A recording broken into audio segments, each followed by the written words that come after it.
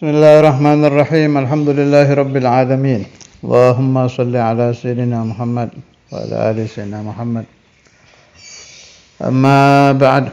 Qala al-muallif rahimahullahu ta'ala wa nafa'ana bih wa bi'ulumihi wa asrarihi wa salahihi fid din wad dunya wal akhirah. Amin. وقال صلى الله عليه وسلم يوزن يوم القيامة مداد العلماء بدم الشهداء.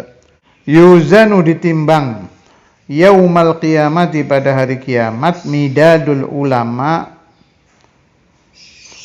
midadnya para ulama, tinta, yakni al-kutubul mu'allafah, kitab-kitab yang dikarang oleh para ulama, bidamis syuhada, dengan darah orang-orang yang mati syahid.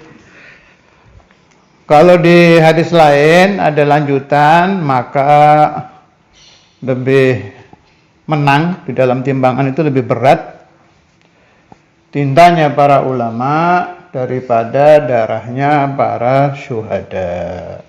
Dimana? Jawab, padahal orang mati syahid lebih berat kan daripada orang mengarang. Mati syahid kan kematian. Kenapa kok bisa lebih menang pahalanya midadul ulama daripada damus syuhada? Karena al-kutubul mu'allafatu baqiyatun ila yaumil qiyamah. Kitab-kitab yang dikarang oleh para ulama itu tetap ada. Ya kayak Ihya ini, udah berapa ratus tahun Imam Ghazali fi jiwarillah, berpulang ke rahmatullah. Wa nahnu naqra'uhu fi hadzal waqt, kita baca pada saat ini. Apa hanya kita yang baca? La, di negara sana, di kota fulan, di desa fulan. Belum lagi orang yang menukil di ceramah-ceramahnya qala al-Ghazali, wah wis macam-macam. Berjalannya waktu sehingga midadul Imam Al-Ghazali lebih banyak pahalanya daripada darahnya syahid. Ini hadis kita tetap pakai meskipun banyak ya yang menentang hadis ini, tapi masyayikhuna memakai hadis ini.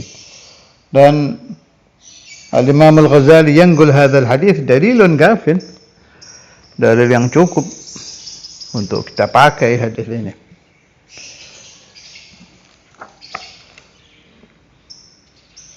Bab Imam Ghazali itu memasukkan hadis juga nggak asal comot ya, pakai menimbang-nimbang. Ini kalau di Ithaf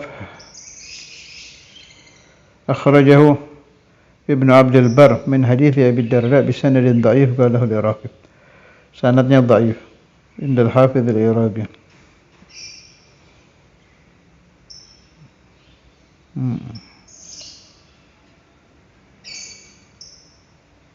Ya, cukup itu dalil itu. Imam Ghazali memasukkan ini, nasta'milu, selesai sudah. Karena itu mengarang itu ya penting ya, midad ya, midadul ulama memang penting ya. Tapi kalau untuk zaman kita ya YouTubeul ulama ya masuk sama itu, fi mana hada. Sekarang kan udah zaman YouTube, zaman apa, sama, tinggal dikiaskan saja. Jadi madama nasihatnya ulama itu diputar dengan alat apapun, madama ulumul ulama, selagi ilmu ulama itu ada yang mendengar, pahala kan terus mengalir. Ini baru dari sisi midad, dari sisi YouTube. Belum lagi dari sisi al-irthu, ulama kan punya murid, nggak satu.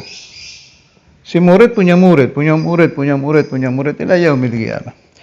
Jadi ya pantas lah Kalau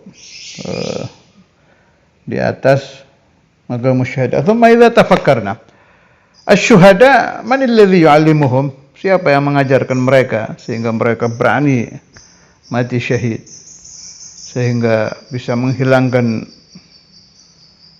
ketakutan, rasa sakit kematian itu diterjang oleh syuhada. Man alladhi 'allamahum? Al-ulama. Jadi al-ulama syekhus syuhada, gurunya orang-orang yang mati syahid. Wahakadha, kalau saya sudah tidak syak, saya cukup lama memikirkan ini, urusan ini nih. Sebab sepintas kok kayak menang damu syuhada, li'annahu athqal, kan kalau kembali ke rumus apa itu?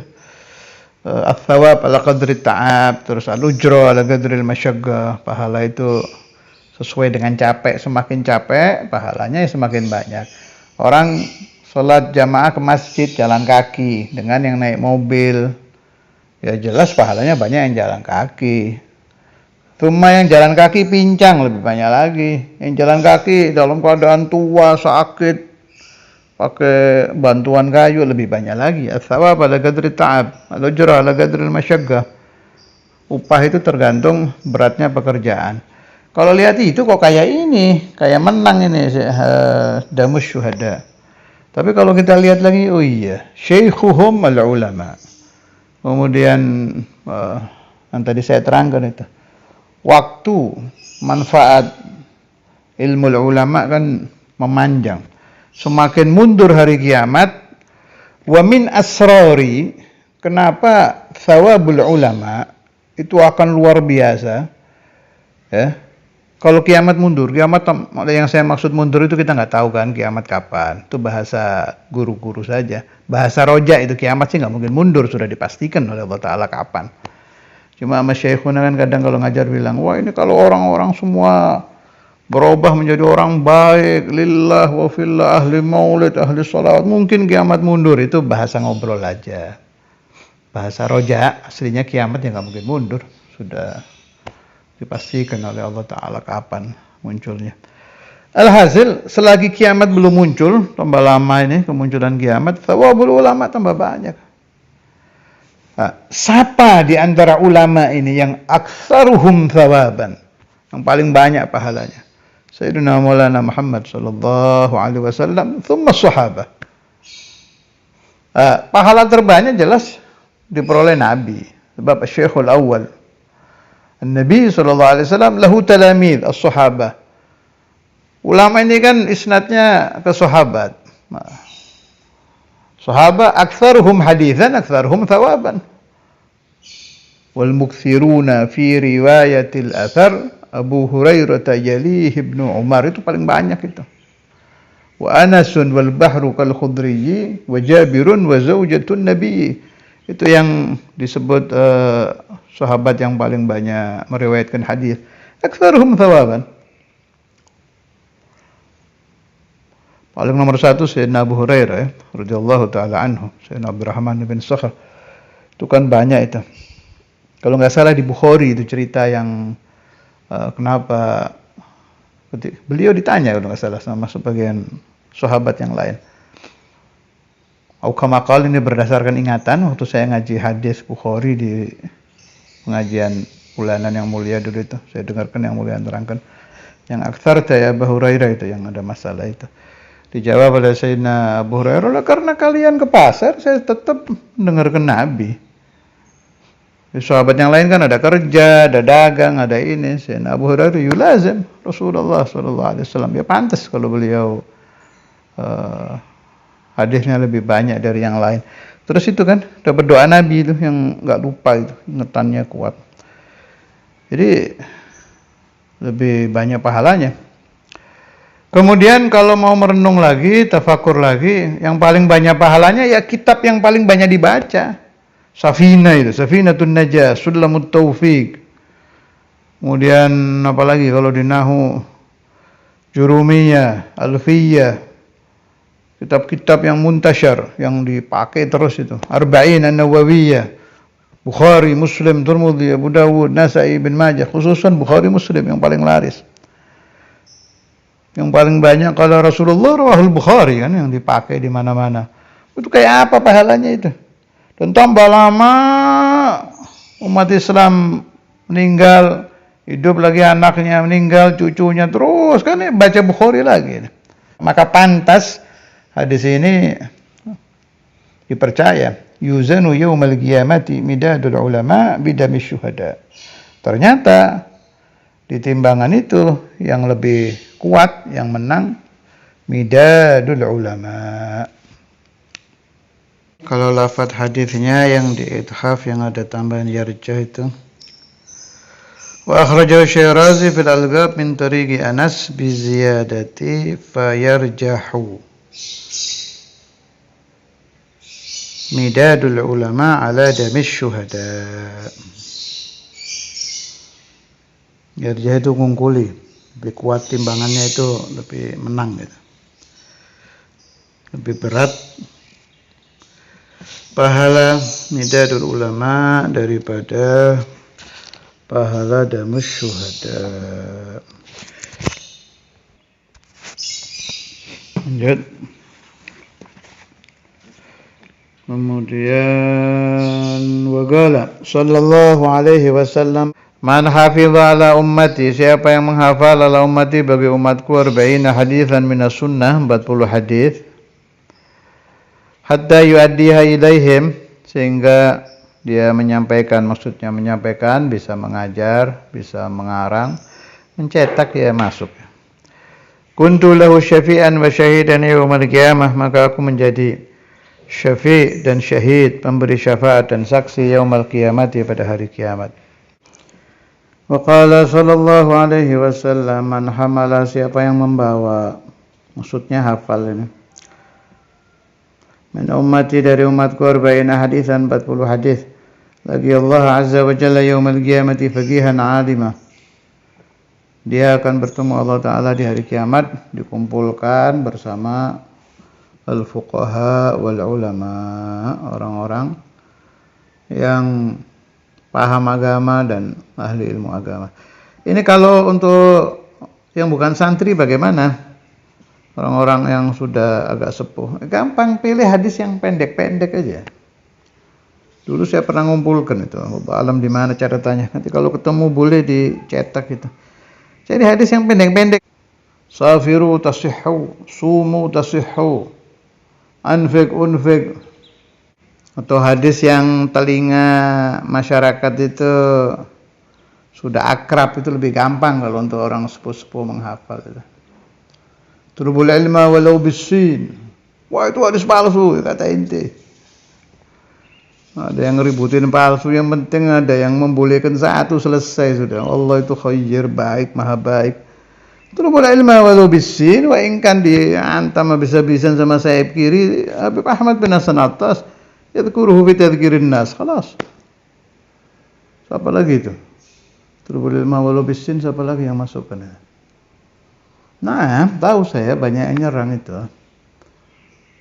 Ulama-ulama juga. Tapi tidak apa-apa dihafal. Sebab orang tua ngapalkan itu kan gampang, udah biasa dengar kan. Utlubul ilma walau bisin. Terus apa lagi hadis yang telinganya masyarakat akrab? Hadis yang di Asyiral muslimin itu salat Jumat. Asyiral muslimin, zumradal mu'minin rahimakumullah.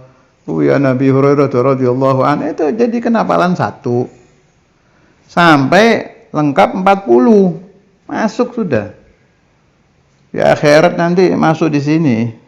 Lagi Allah azza wa jalla yaumil qiyamah faqihan alima. Kan ajib. Qala sallallahu alaihi wasallam, man tafaqqaha fi dinillahi azza wa jalla kafahu Allah ta'ala ma ahammah wa razaqahu min haitsu la yahtasib. Man tafaqqaha, siapa yang mempelajari fi dinillah, di agama Allah Ta'ala azza wa jalla, kafahu Allah Ta'ala, maka pasti Allah Ta'ala mencukupi baginya ma ahammahu, apa saja yang menyusahkan dia, yang membuat dia ham, membuat dia. Ini hadis ini ajib ini. Saya sering dengar itu orang ngomong, ana lagi ham, saya sedang ham. Itu berarti bisyahadati Rasulullah sallallahu alaihi wasallam, taklim itu menghilangkan humum. Jadi man ta'allama, ya, humumnya hilang. Nah, humum ini apapun, ini mau urusan rezeki berarti rezekinya digampangkan, muskilah berarti muskilahnya dihilangkan. Sampai saya pernah menemukan di kitabnya Imam Sya'rani, beliau dapat pemahaman dari Syekh, kalau saya tidak salah ingat ya, Sayyidi Zakaria Al-Ansari itu. Pokoknya sampai dipesan sama gurunya itu, kamu kalau sakit ta'allam, lianna talab al-ilmi syifa. Jadi taklim itu obat. Jadi urusan begini-begini tinggal diimani aja ya. Kayak hadisnya Nabi tadi yang saya bawa tuh, safiru tasihhu. Itu kan aneh. Saya pertama kali dengar hadis itu dari Habib Abdullah Al-Kaf dulu. Jadi beliau lagi sakit, dipraktekkan loh ini sama beliau itu. Kan ana marid, bau safir. Loh, kenapa Habib? Orang sakit kan istirahat. La qala Rasulullah sallallahu alaihi wasallam, safiru tasihhu. Kalau sakit suruh pergi. Jadi nawaitu safar talaban lisyifa bi amri Rasulullah sallallahu alaihi wasallam. Safiru tasihhu. Kayak ini nih. Ente lagi pusing, galau, taklim, ngaji kitab. Man tafaqqaha fi dinillahi azza wa jalla kafahu Allah taala ma ahamma. Humum kamu diambil alih oleh Allah taala. Saya sumpahnya kok belum hilang, enggak beres niatnya ini. Ada geret-geret kurang beriman di hati. Ada tinta hitam itu. Kalau yakin terjadi wong hadis. Wa razaqahu min haitsu la yahtasib. Dan pasti Allah Ta'ala memberikan dia rezeki dari arah yang tidak disangka-sangka.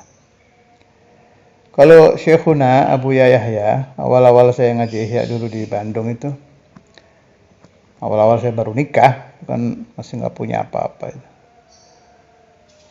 Betul-betul nggak ada apa-apa saya. Terus Buya bilang, terus ngaji Ihya. Lihat Buya ini, Buya dulu nggak punya apa-apa. Tuh, mobil Buya satu, ini mobil Buya lagi. Ini hasil ngaji Ihya aja. Meskipun tidak diniati ya, nggak mungkin Buya ngaji Ihya niat pengen punya mobil, mustahil lah. Itu barokah aja, barokahnya orang ngaji, taklim, asalkan ikhlas lillah. Ini nih, kafahullahu ta'ala ma ahammah wa razaqahu min haitsu la yahtasib. Terus memang almarhum Ustaz Abu Hamid itu pernah cerita ke saya, ini nyata, ini kisah nyata, pas saya lagi di sana juga. Nggak saya sebut nama orangnya ya, sebab dikenal di kampung situ.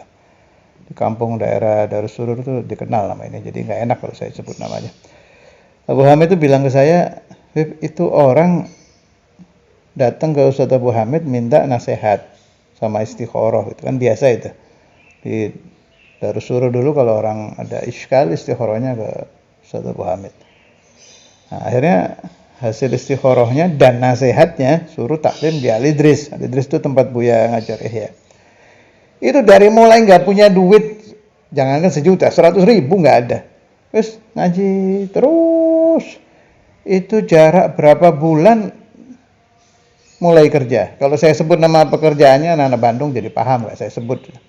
Dia mulai kerja. Nah, terus ngaji sampai punya mobil bak, punya ini. Sampai dia jadi cukup kaya lah. Kalau untuk daerah sana ya udah kaya, hanya kalau dibanding orang kota ya cukup lah. Untuk daerah sana sudah kaya dia. Itu betul-betul nawaitu ngaji ke Al-Idris lil istirzak, nyari rezeki memang. Kalau ini kan memang orang bisnis. Kalau Buya ya nggak mungkin niat ke situ. Kalau ini memang iya, dan nyata itu. Apa nggak khair Allah itu? Atau orang yang thalabul ilmi biniyatil istirzak, nyari rezeki ya dikasih. Saudara Rasulullah sallallahu alaihi wasallam. Ini saya pakai contoh karena saya pas di sana. Jadi saya tahu itu dari mulai awal fager sampai sedang sampai lumayan tajir. Tahu. Ya tiap pagi kali terus jalan kaki. Allahumma sholli ala sayyidina Muhammad. Nabi itu kalau udah kalem ya pasti terjadi. Man tafaqqaha fi dinillahi azza wa jalla kafahu Allah ta'ala ma ahammah ورزقه من حيث لا يحتسب. وقال صلى الله عليه وسلم أوحى الله عز وجل إلى إبراهيم عليه السلام يا إبراهيم إني عليم أحب كل عليم. Auha memberikan wahyu siapa Allah Azza wa Jalla ila Ibrahim ke Sayyidina Ibrahim alaihi salam. Ya Ibrahim, wahai Ibrahim, inni alimun, sungguhnya aku zat yang maha tahu, persifatan ilmu, ilmunya Allah Ta'ala, wal ilmul muta'alliqu bi jami'il wajibat wal jaizat wal mustahilat, tahu segala sesuatu, semua wajibat, jaizat, mustahilat Allah ya'lam. Uhibbu, aku cinta kata Allah, kulla alim, kepada setiap orang yang alim.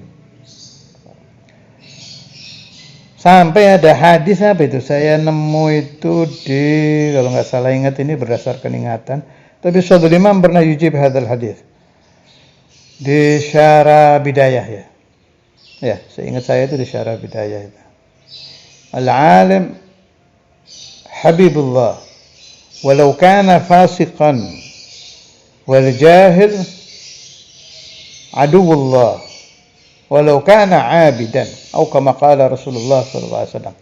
Atau kama qala, sebab berdasarkan ingatan. Tapi itu perlu dipahami yang betul ya. Al-alim habibullah walau kana fasiqan, orang alim itu disenangi Allah meskipun fasik. Ma makna hadza? Bukan berarti orang alim yang tidak sholat mahbub, bukan ke sana artinya. Kalau saya menemukan begini, al-alim habibullah walau kana fasiqan, itu makna mahabbatullah, kan Allah sayarhamuhu, Allah Ta'ala akan memberi rahmah kepada dia. Wa min ma'anir rahmah at-taubah. Ini kalau pemahaman saya di hadis itu. Jadi ala fahmi masyaikhina, kalau orang itu sudah alim, thumma asa, kemudian dia bermaksiat kepada Allah Ta'ala, tapi kan al-mahbubiyahnya udah dapat ini. Ya, al-alim wa habibullah. Makna Allah yuhibbuh, sayarhamuh. Apa sayarhamuhu? Dia diberi pemahaman taubat, terus diberi rezeki taubat, fasara mahbuban gitu. Jadi fasik dulu, tapi akhirnya fasik yang bakal taubat, li'annahu alim. Allah yuhibbuh wa yarhamuh. Ya, jangan dipaham oh berarti ulama yang fusak itu mahbub. Ngawur pemahamannya. Ngawur. Jadi, yang pernah saya bahas beberapa hari yang lalu itu, yang dari mu'alimu itu. Jadi orang kalau fasik tapi alim, kan ingatan pemahaman ilmu nggak hilang gitu. Allah Ta'ala memberi kita itu daya ingat dari ilmu yang sudah fisudurina. Ya. Contoh kecil saja ya, contoh kecil. Na'udzubillah, thumma na'udzubillah. Ada orang alim lihat perempuan, ingatannya kemana-mana sudah itu. Iya ya, itu ada hadis ini. Yang ada Syaikhul Imam, Syekhul Imam Al-Hafidh Habib Abdullah bin Faqih pernah bawa cerita itu, saya lupa nama walinya siapa. Ada satu murid mengeluh kepada gurunya, ya Syekhi, nadartu ila mura'atin fa ahbabtuha. Aku melihat seorang wanita, kemudian di hati saya ada rasa senang. Apa kata gurunya itu? Laqad adhnabta dzamban la yamhuhu ma'ul bahr. Sungguh engkau telah melakukan dosa yang tidak bisa dihapus meskipun dengan seluruh air laut. Jadi ingat kemana-mana kan pikiran kita itu, oh ini gini. Terus apalagi hadis zaman Sayyidina Utsman dah, yang ada orang dikasyaf oleh Sayyidina Utsman. Sayyidina Utsman kan sahibul firasah as-sadiqah. Jadi salah satu sahabat Nabi yang firasatnya kuat itu Sayyidina Utsman. Ada orang habis lihat perempuan masuk ke Sayyidina Utsman. Sayyidina Utsman melihat tanda-tanda di mukanya itu habis maksiat. Orangnya kan membantah itu. Wahyun ba'da Rasulillah. Memang ada wahyu lagi. Rasulullah kan sudah meninggal. Nah, jadi kejadian-kejadian satu maksiat itu pikiran udah kemana-mana. Ini ada kalamnya ini, kejadiannya Sayyidina Utsman, kejadian ini. kejadian Nabi Dawud, meskipun itu kisah palsu. Jadi satu kejadian aja dalil-dalil itu muncul semua kan. Nah, rezeki taubat bisa diharapkan untuk alim fasik tadi itu karena ada hadis itu. Al-alim habibullah walau kana fasiqan. Farraja li taubatihi bi syahadati Rasulillah sallallahu alaihi wasallam al-alim habibullah walau kana fasiqan. Wan nabi kalau sudah kalam pasti terjadi. Wal jahil aduwullah walau kana abidan. Kalau ini fahamnya jelas. Orang jahil aduwullah walau kana abidan. Kenapa? Sebab ibadahnya pasti nggak beres.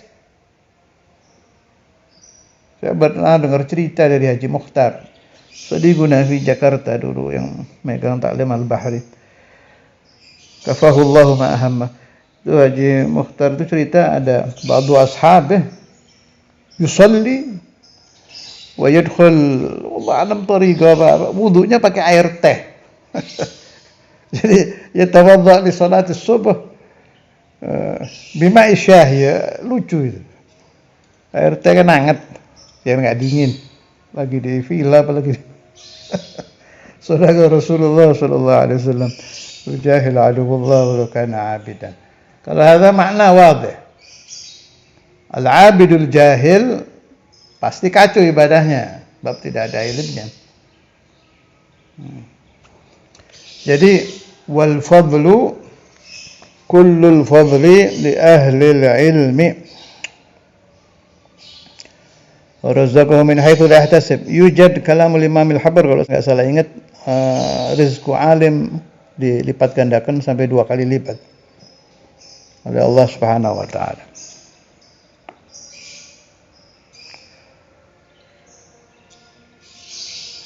Waqala sallallahu alaihi wasallam al-alimu aminullahi subhanahu fil ardi. Orang alim adalah aminullah, kepercayaan Allah Ta'ala di muka bumi. Waqala sallallahu alaihi wasallam sinfani min ummati idha saluhu saluhan nas wa idha fasadu fasadan nas al-umara'u wal-fuqaha. 2 kelompok dari umatku, apabila baik maka orang-orang menjadi baik, dan apabila rusak orang-orang menjadi rusak. Al-umara, para pejabat, wal fuqaha, dan para ulama. Wallahu a'lam. Sallallahu alaihi wasallam Muhammad wa ala alihi wasallam. Alhamdulillahi rabbil alamin.